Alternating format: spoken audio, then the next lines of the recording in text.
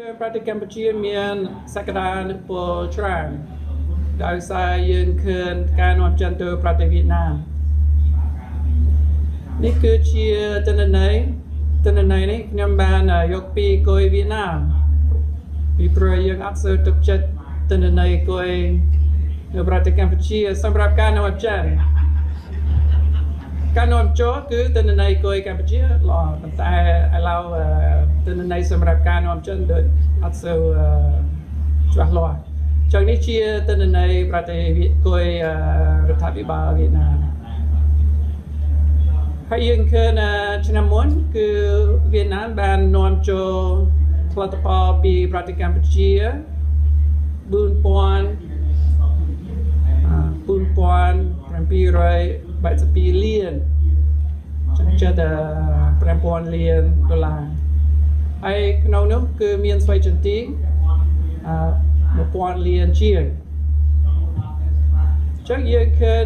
ផលិតផលកសិកម្មកម្ពុជាច្រើនទៅវៀតណាមហើយកែច្នៃនៅវៀតណាមហើយទៅអាមេរិកចឹងអាមេរិកគឺនាំចូលកាហ្វេខ្មែរប្រទេសអាមេរិកនាំចូលស្វាយខ្មែរប្រទេសអាមេរិកនាំចូលស្វ័យចន្ទីខ្មែរប៉ុន្តែឆ្លងកាត់វៀតណាមចឹងនេះជាឱកាសមួយសម្រាប់ធ្វើការកែច្នៃរូបប្រតិកម្មជាហេតុអ្វីគេនាំចិនទៅវៀតណាមធ្វើការកែច្នៃនៅវៀតណាមគឺមានហេតុផលផ្សេងប៉ុន្តែហេតុផលមួយគឺថ្លៃភ្លើងនេះជាបញ្ជីថ្លៃភ្លើងនៅវៀតណាមប្រទេសកម្ពុជាហើយយើងឃើញថ្លៃភ្លើងនៅវៀតណាមប៉ាកណ្ដាលកម្ពុជា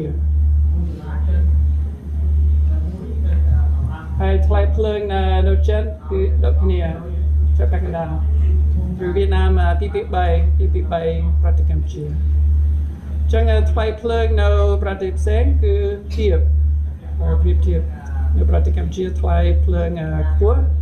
ហើយទឹកចិត្តអត់សូវទឹកចិត្តបានចឹងសំខាន់គឺប្រទេសកម្ពុជាកាត់បន្ថយថ្លៃតម្លៃអគ្គិសនីហើយ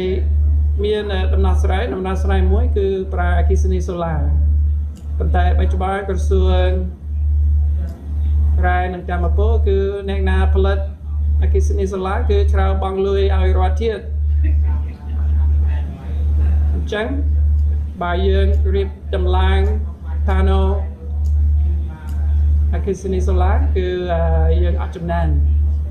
អញ្ចឹងសំខាន់ប្រទេសកម្ពុជាលុបចោល